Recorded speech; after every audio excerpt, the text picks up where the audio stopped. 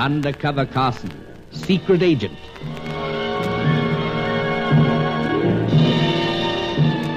Operation Deathray, an assignment in Rio.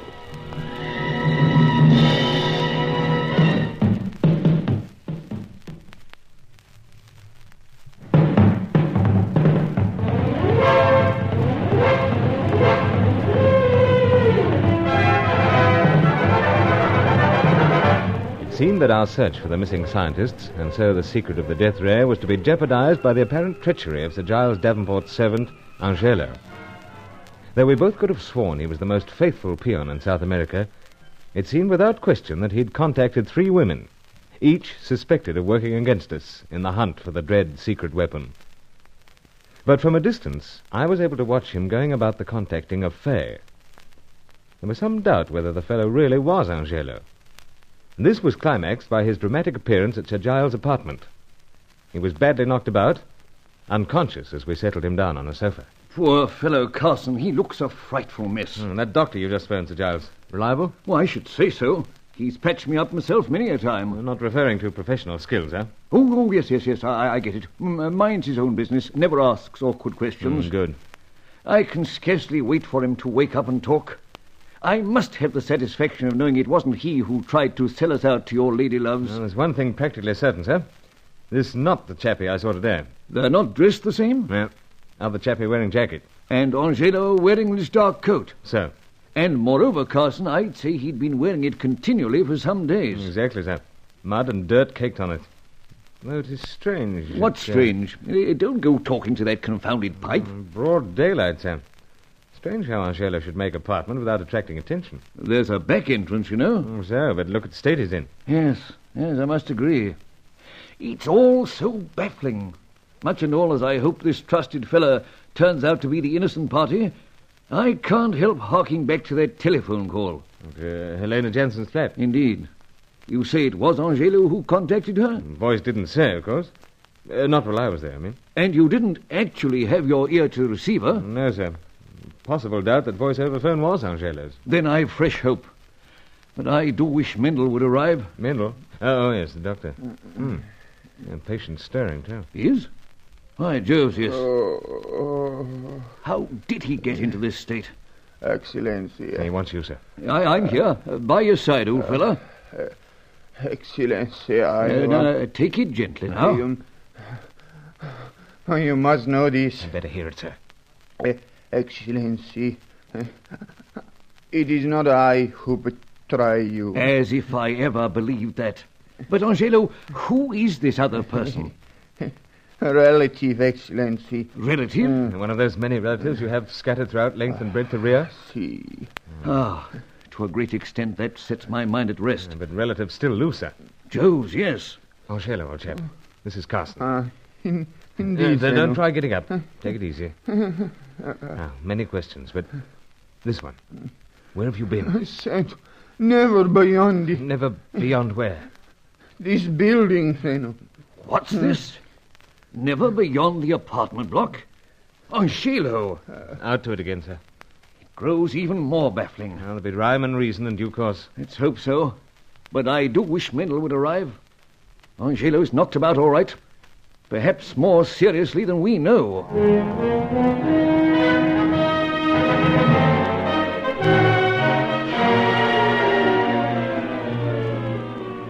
Dr. Mendel confirmed this when he arrived. The patient had been in some sort of coma for a number of days, possibly the whole 4 that covered the period of his disappearance. Mendel wanted to send him to hospital, but didn't insist when Sir Giles said we could handle the treatment. It was late that night before we could get around to asking any questions. Now, old fellow, we don't want to trouble you or exhaust you, but there's much that we must know. See, Excellency, I have much to tell. Perhaps best to start from the time Angelo left. Indeed. To refresh your memory, Angelo, we had my friend Commander Grant here. He was telling us the story behind the lights that never go out. You recall that? See, Excellency, with great clearness. Splendid. However, you seemed upset after hearing the commander's explanation. Well, Excellency... The part about some ancient race having atom power and so the lights. Atom power, Excellency? Oh, to me, that is very strange. I believe that spirits of some kind dwell in the region of the ruins. I'm disturbed at the thought of going there.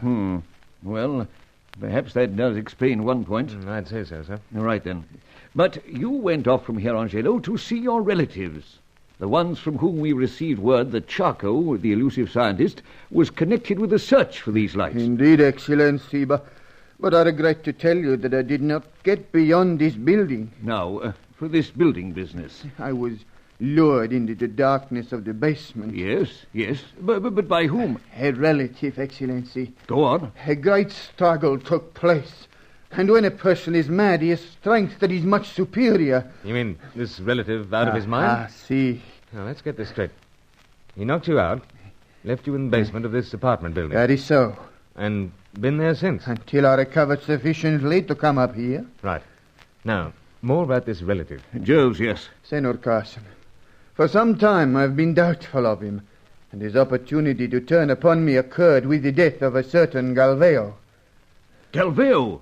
Now, how the blazes does he come into it? I wondered whether we'd heard the last of that bird. But he was dying when you left him.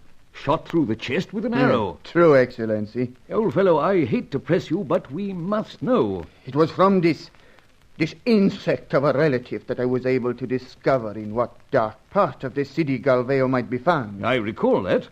Galveo himself was betrayed. How so? The arrow, Senor, was from the bow of the person who employed him to capture us. And that person? My relative did not reveal that. Pity. So, Sir Giles. But what you mean, Angelo, is this. Galveo was killed before he could be persuaded to tell us anything. Si, Senor. But when we departed from him, believing him to be beyond all aid, my relatives moved in. Moved in, you say? My relative was lurking close by. I see what you He mean. went to the side of this Galveo.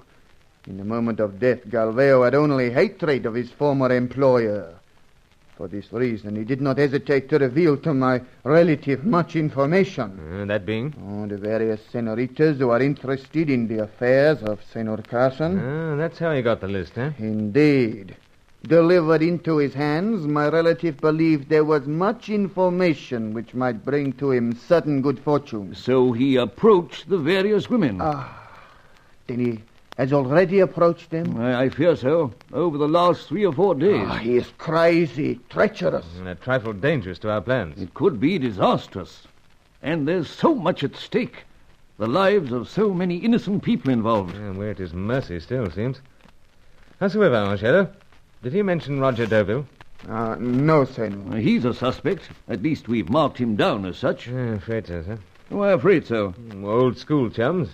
I hate to think ill of the fellow. The trouble is, Carson, you hate to think ill of anyone.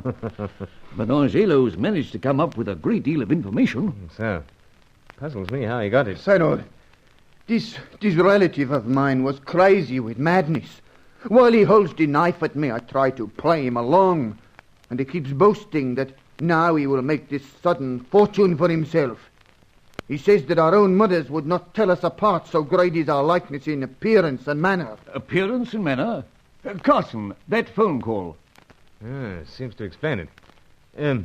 You didn't phone Miss Helena Jansen by any chance, old chap? Senor, how could this be possible? For days I lie in the basement unconscious, without the power to break free from the ropes, to take away the cloth that prevents me from crying out. Take it easy now. We understand. I think that's enough from him for the time being. No, Excellency. No, old fellow. You're under doctor's orders. Yeah. You must rest. But I've not told you all. You better leave it. Please, Excellency.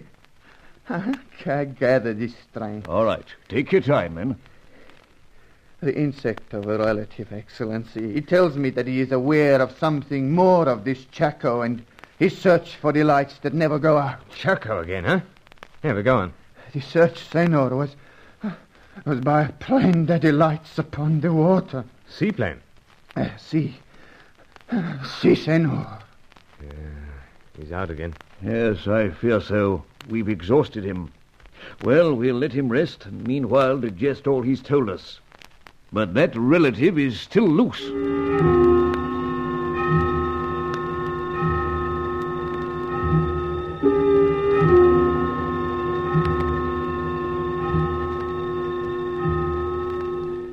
So so it turned out that Angelo was still a trusted retainer. We made him comfortable, and then took our drinks out onto the balcony. The traffic was slight now on the boulevards below, the lights of Rio thinning out as the night wore on. Yeah, we had much to think about, but talking only brought us up against the many grave problems that hindered us in our search. Indeed, Carson, it's a great relief to know that Angelo is innocent of all conniving. But, as you say, the problems remain. So. And among the things that puzzle me is this. Angelo's renegade relative contacted Miss Jensen, Miss Fitzhenry, and Mademoiselle Corelli. Yet all three chose to inform you of this. Oh, why? Well, it was very simple, sir. You think so? Perfect chance to ally themselves with me. A lie? Oh, you mean get you to take them into your confidence? So. Well, that's one good thing you've learnt from all your dealings with women. Something of their wiles. However, we must follow up this latest clue of charcoal. Seaplane, huh? Yes. I'll have a chat with Julius Grant. Well, we can't afford to waste any time, sir. We must keep on the job of tracking down these scientists. And we must try to work out some pattern to all these moves against us. Try to work out where your various acquaintances fit into the picture, if you see what I mean. Yes, all the same, as I said, as far as we know, Angelo's relative is still loose.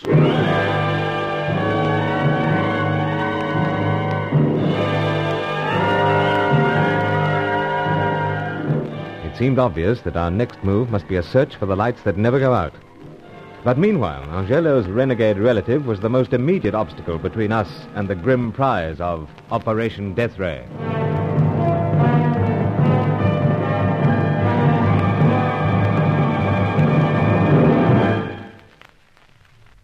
Undercover Carson is written by Michael Noonan and produced by Walter Pym for Artranza.